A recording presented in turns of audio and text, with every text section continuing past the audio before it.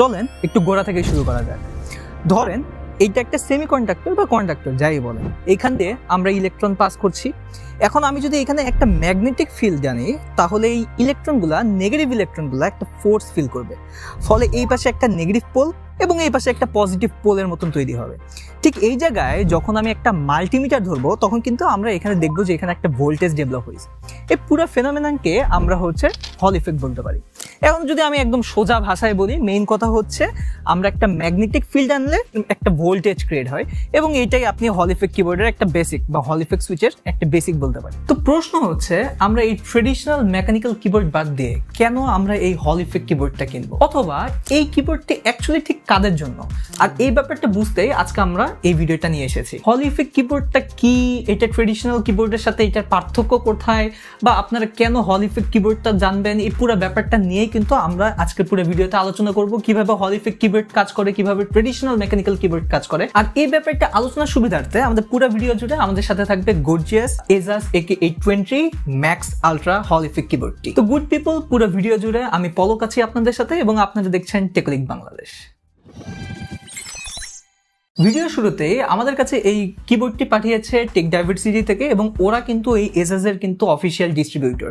ওদের কাছে আপনি কিবোর্ডটি মোটামুটি 7500 টাকায় পেয়ে যাবেন। সাথে আপনারা চাইলে একটু টেকলিক বাংলাদেশের একটু রেফারেন্স দিয়ে ওদেরকে বলতে পারেন, যদি একটু কম টম রাখে আর কি। কম রাখবে কিনা এইটার গ্যারান্টি আমরা দিতে পারছি না। আর কিবোর্ড বাদ দিয়েও ওদের কিন্তু আরো অনেক গ্যাজেটস, অ্যাক্সেসরিজ, অনেক কিছু পাওয়া যায়। ওদের ওয়েবসাইটটা আপনারা ঘুরে আসতে পারেন। এখন এই হল ইফেক্ট কিবোর্ডটা কিভাবে কাজ করে এইটা বোঝার আগে চলুন আমরা একটু বুঝে নেই যে মেকানিক্যাল কিবোর্ডটা অ্যাকচুয়ালি কিভাবে কাজ করে। যখন আমরা একটা কি প্রেস করি, তখন সুইচের মধ্যে যে স্প্রিংটা আছে ওইটা কিন্তু কম্প্রেস হচ্ছে এবং স্টেমটা নিচের দিকে যাচ্ছে, এবং একটা পয়েন্টে, একটা প্রিসাইজ পয়েন্টে আসলে, যেটাকে আমরা অ্যাকচুয়েশন পয়েন্ট বলছি, সেখানে আসলে কিন্তু মেটালের কন্ট্যাক্ট হচ্ছে এবং সার্কিটটা ফুল হচ্ছে। এবং এটা হলেই কিন্তু একটা কি প্রেস রেজিস্টার হয়, এবং আমরা এখন এই কিটা এবার রিলিজ করলাম, ফলে হচ্ছে যে স্প্রিংটা ওইটাও ডিকম্প্রেস হয়ে গেল এবং স্টেমটাও উপরের দিকে চলে আসলো, এবং আমাদের কিটা ঠিক আগের পয়েন্টে চলে আসলো। এখন এখানে নোটিসেবল পয়েন্টটা দেখেন, এখানে কিন্তু অ্যাকচুয়েশন পয়েন্টটা কিন্তু ফিক্স, অর্থাৎ আমি একটা ডেফিনেট একটা অ্যাকচুয়েশন ফোর্স অ্যাপ্লাই করলেই কিন্তু তখন কি প্রেসটা রেজিস্টার হচ্ছে। ওই ফোর্সের আপনি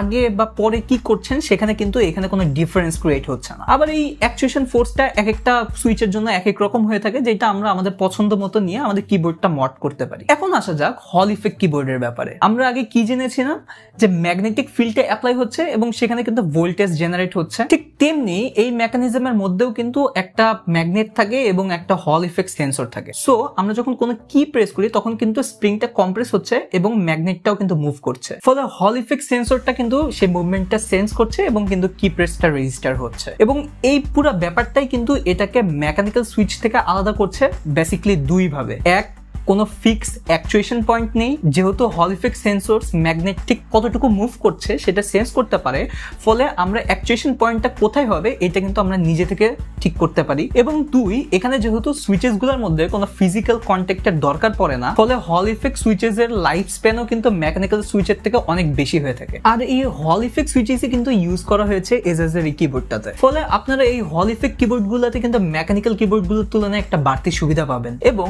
আপনারা যখন এজাজের এই কিবোর্ডের এই সফটওয়্যারেও যাবেন, তখনও দেখতে পারবেন যে আপনারা পার কি ধরে ধরে অ্যাকচুয়েশন পয়েন্ট বা ট্রিগার ডিস্টেন্স যেটাই বলেন আর কি, ওটা কিন্তু সেট করতে পারবেন। এখানে ফর দ্য ওয়্যার্ড ভার্সন আপনারা কিন্তু 0.1 mm থেকে 3.3 mm পর্যন্ত অ্যাকচুয়েশন পয়েন্টটা সেট করতে পারবেন। এবং ফর দ্য ওয়্যারলেস মোড, যখন আপনারা ওয়্যারলেস মোডে যাবেন তখন কিন্তু এটা 0.2 থেকে 2.5 mm পর্যন্ত আপনারা অ্যাকচুয়েশন পয়েন্টটা এখানে সেট করতে পারবেন। যেহেতু এখানে মাত্র 0.1 mm আসলেই একটা কি প্রেস রেজিস্টার হয়ে যায়, অথবা ঠিক কোন পয়েন্টে আসলে একটা কি রিলিজ হবে ওইটাও ঠিক সেট করা যায়, সো আপনারা এখানে ফাস্টার কমান্ড ইনপুটস দিতে পারবেন এবং কুইক ট্রিগার পারফরমেন্সও কিন্তু এখানে ইনশিওর হচ্ছে। সাপোজ আপনি হচ্ছে ভ্যালোরেন্ট খেলছেন অথবা CSGO খেলছেন, এবং আপনি কিবোর্ডের কিগুলো আপনি হচ্ছে 0.1 mm বা 0.2 mm আপনি অ্যাকচুয়েশন পয়েন্টটা আপনি সেট করে রেখেছেন। এখানে জাস্ট স্লাইট একটা ট্যাপেই কিন্তু এখানে একটা কি রেজিস্টার হচ্ছে এবং আপনার কিন্তু মুভমেন্টটাও ইনশিওর হচ্ছে। আবার এখানে আপনি পার কি এর জন্য কিন্তু র্যাপিড ট্রিগারও এনেবল করতে পারবেন, ফলে আপনি কিটা যখন স্লাইটলি একটু রিলিজ করবেন তখনই কিন্তু it will be ready for another key press, ফলে repetitive pressing will be much faster. আবার যেহেতু এটা ডিফারেন্ট অ্যাকচুয়েশন পয়েন্ট ডিটেক্ট করতে পারে, এইটার উপর ভিত্তি করে কিন্তু আপনারা পার কি ধরে ধরে আলাদাভাবে এক একটা কি কিন্তু কনফিগার করতে পারবেন। লাইক টিকেএস ডায়নামিক কি ট্রাভেল, এখানে আপনি এই কিবোর্ডে একটা কি ঠিক কতটুকু প্রেস করলেন এইটার উপর ভিত্তি করে কিন্তু 4টা ডিফারেন্ট অ্যাকশনস কিন্তু কনফিগার করতে পারবেন। লাইক আপনি গেমিং করছেন এবং এখানে আপনি ডাব্লু প্রেস করলে আপনার ক্যারেক্টারটা আগাবে, সো আপনি ডাব্লু কিটা এমনভাবে কনফিগার করলেন যে ডাব্লুটা আপনি লাইটলি প্রেস করলে কিবোর্ড মানে ক্যারেক্টারটা আস্তে আস্তে আগাবে, এবং আপনি যদি জোরে প্রেস করেন তাহলে ক্যারেক্টারটা স্প্রিন্ট করবে বা জোরে দৌড়াবে, এরকম টাইপের। এছাড়াও আপনি কিন্তু এখান থেকে আরএস বা rapid snappy, SOCD, dual effect click এমন আরো অনেক ফাংশনালিটি কিন্তু এই কিবোর্ডেই পেয়ে যাচ্ছেন। এছাড়াও এই কিবোর্ডের যদি কিছু জেনারেল ইনফো নিয়ে বলতে হয়, 75% লেআউটের ট্রাইমোড একটা কিবোর্ড এটি, যেটা আবার হট সোয়াপেবল। এখানে সুইচ হিসেবে ইউজ করা হয়েছে টিটিসি সোলজার কিং সুইচ, যেটার ডিটেইল ইনফরমেশন স্ক্রিনে দেওয়া থাকলো। এবং যেহেতু ট্রাইমোড কিবোর্ড, এখানে কিন্তু 8000 mAh এর কিন্তু ব্যাটারি ইউজ করা হয়েছে, এবং সাথে এটা উইন্ডোজ এবং ম্যাক দুই প্ল্যাটফর্মে এটা ইউজ করতে পারবেন, কোনো সমস্যা নেই। বিল্ডের দিক থেকেও এই কিবোর্ডটা কিন্তু বেশ স্ট্রং একটা বিল্ড অফার করছে। মেইন বডিটা কিন্তু স্ট্রং প্লাস্টিকের এবং একটা প্রিমিয়াম মেটাল একটা নব রয়েছে কোনার দিকে, এবং এই কিবোর্ডটা যখন আমরা বেন্ড টেস্ট করি তখন কিন্তু তেমন কোনো বেন্ডিং কিন্তু এখানে লক্ষ্য করা যায় না। এবং ডিজাইনের দিক থেকে এই কিবোর্ডটা কিন্তু বেশ ইন্টারেস্টিং একটা ডিজাইন অফার করছে। এখানে কিন্তু পুরো ব্ল্যাক কালারের একটা কিবোর্ড, সেখানে কিন্তু আপনার ওয়েব টাইপের একটা ডিজাইন এখানে পেয়ে যাবেন, এবং যখন RGB সেট করা হয় ওয়েবের ওই জালগুলো দিয়ে হচ্ছে লাইটগুলো বের হয়, এবং নিচের ওই কি ক্যাপসের ওই কিগুলো দেখা যায়, জিনিসগুলো দেখতে বেশ ইন্টারেস্টিং লাগে। এবং রাউন্ডিং এজের এই কিবোর্ডের লেআউটের ডিজাইনটাও কিন্তু বেশ ভালোই ছিল, অর্থাৎ টিপিক্যাল এজেস লেআউট আর কি। সামনের দিকে আপনারা হচ্ছে ট্রাইমোডের একটা সুইচ পেয়ে যাবেন, ব্লুটুথ, তারপর USB 2.4 GHz এর সুইচটা আছে, সাথে উইন্ডোজ বা ম্যাক কোন প্ল্যাটফর্মে যেতে চান সেটারও একটা সুইচ আছে, এবং টাইপ সির একটা পোর্ট এখানে রয়েছে, এবং পিছনের সাইডে কিন্তু আপনারা এজেসের একটা সুন্দর ব্র্যান্ডিং পেয়ে যাচ্ছেন।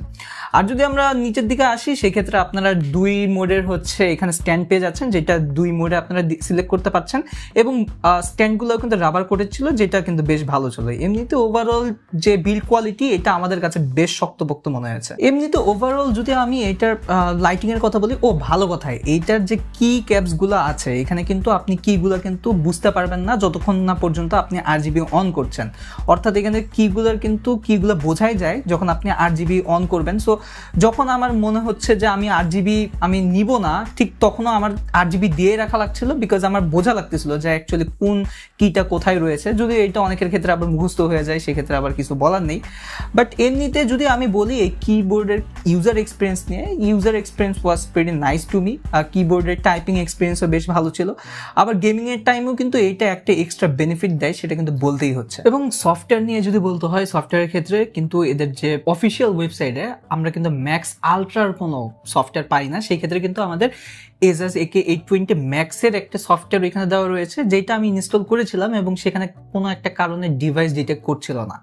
পরে আমি একটু ঘাটাঘাটি করে আমি দেখলাম যে এটার একটা ওয়েব বেসড সফটওয়্যার আছে, এবং ওইখানে কিন্তু এটা পুরো আবার ফাংশনালিটি সবকিছু খুব ভালো মতো কাজ করে, এবং আমার কাছে মনে হয়েছে যে ওয়েব বেসড সফটওয়্যারটাই বেশ সুইটেবল এটার জন্য। এবং ওখানে যা যা ফাংশনালিটি সবকিছু কিন্তু আপনারা পেয়ে যাবেন, অর্থাৎ পার কি এর যে কনফিগারেশন ওই কাজটুকু করতে পারবেন, আবার হচ্ছে আপনার যে এখানে RGB সেটিংস ওইটার কাজটুকু ওইখানে করতে পারবেন। মোটামুটি সফটওয়্যারটা বেশ ভালোই ছিল। তার থেকেও বড় কথা যে বিভিন্ন ফিচার্সগুলো এই কিবোর্ডটা অফার করছে, অর্থাৎ ডিকেএস বলেন বা RS বলেন, SOCD বলেন, সবকিছু কিন্তু আপনারা ওই সফটওয়্যার থেকে কিন্তু কন্ট্রোল করতে পারবেন। তো আমার কাছে কিন্তু সফটওয়্যার এক্সপিরিয়েন্সটা বেশ ভালোই ছিল। ওরা কিন্তু সাউন্ড ড্যাম্পেনিং নিয়েও কিন্তু বেশ ভালো কাজ করেছে। সো চলুন একটু শোনা যাক যে এটার কিবোর্ডের টাইপিং সাউন্ডটা অ্যাকচুয়ালি কেমন।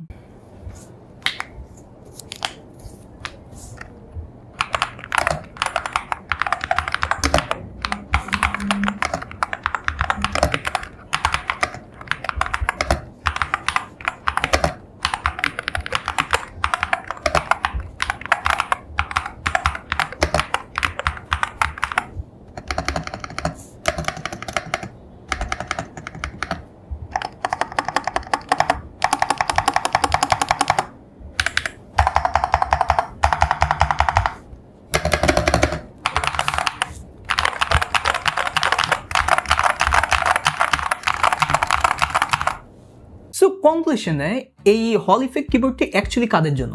আমি বলবো যারা এক্সক্লুসিভ গেমার্স আছে তারা কিন্তু এই কিবোর্ডটা তাদের জন্য সবচেয়ে বেশি সুইটেবল হবে।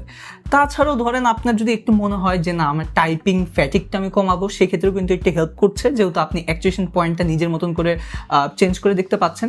এবং যারা একটু হল ইফেক্ট কিবোর্ডে একটু আলাদা স্বাদ চান, একটু মনে করেন যে না আমি একটু অ্যাকচুয়েশন পয়েন্টস নিয়ে খেলবো, আমি পার কি ধরে ধরে একটু কনফিগার করবো এবং দেখবো কেমন কি হচ্ছে না হচ্ছে, তারা কিন্তু এই কিবোর্ডটা নিতে পারেন। এবং সেই ক্ষেত্রে আমি বলবো এজাজের এই কিবোর্ডটা কিন্তু বেশ ভালো প্রাইসে কিন্তু অফার করছে মার্কেটে অলরেডি। এবং আমি চাবো যেন এই মার্কেটটা, এই হল ইফেক্ট কিবোর্ডের মার্কেটটাও যেন আস্তে আস্তে আরো কম্পিটিটিভ হয়ে ওঠে। সো আজকের ভিডিওটা এতটুকুই। আমাদের মেইন উদ্দেশ্য ছিল যে আমরা হল ইফেক্ট কিবোর্ড নিয়ে একটু আলোচনা করবো এবং দেখবো যে এটা অ্যাকচুয়ালি ট্রেডিশনাল কিবোর্ড থেকে কতটুকু আলাদা, এবং সাথে এই এজাজের এই কিবোর্ডটা একটা যে কম্পিটিটিভ একটা সুন্দর প্রাইস পয়েন্টে মার্কেটে এসেছে, এইটাও একটা ইন্ট্রোডিউস করানো একটা উদ্দেশ্য ছিল। অ্যান্ড আপনারা কিন্তু এই কিবোর্ডটা কেমন, কেউ যদি ইউজ করে থাকেন কেমন কি ইউজার ফিডব্যাক পাচ্ছেন সেটাও কিন্তু আমাদের কমেন্ট বক্সে জানাতে পারেন। এবং আরেকটা জায়গায় কিন্তু আপনারা জানাতে পারেন, সেটা হচ্ছে আমাদের কিন্তু একটা গ্রুপ আছে, সেটার নাম টেকুলিক বাংলাদেশ। এই গ্রুপে কিন্তু আমরা অনেক কিছু নিয়ে আলোচনা করি, প্লাস আপনাদের যদি কোনো প্রবলেম ফেস করেন ওইটাও কিন্তু আমাদের জানাতে পারেন। সো এই তো আজকের ভিডিওটা এতটুকুই, দেখা হবে নেক্সট কোনো ভিডিওতে। ততদিনের জন্য আল্লাহ হাফেজ।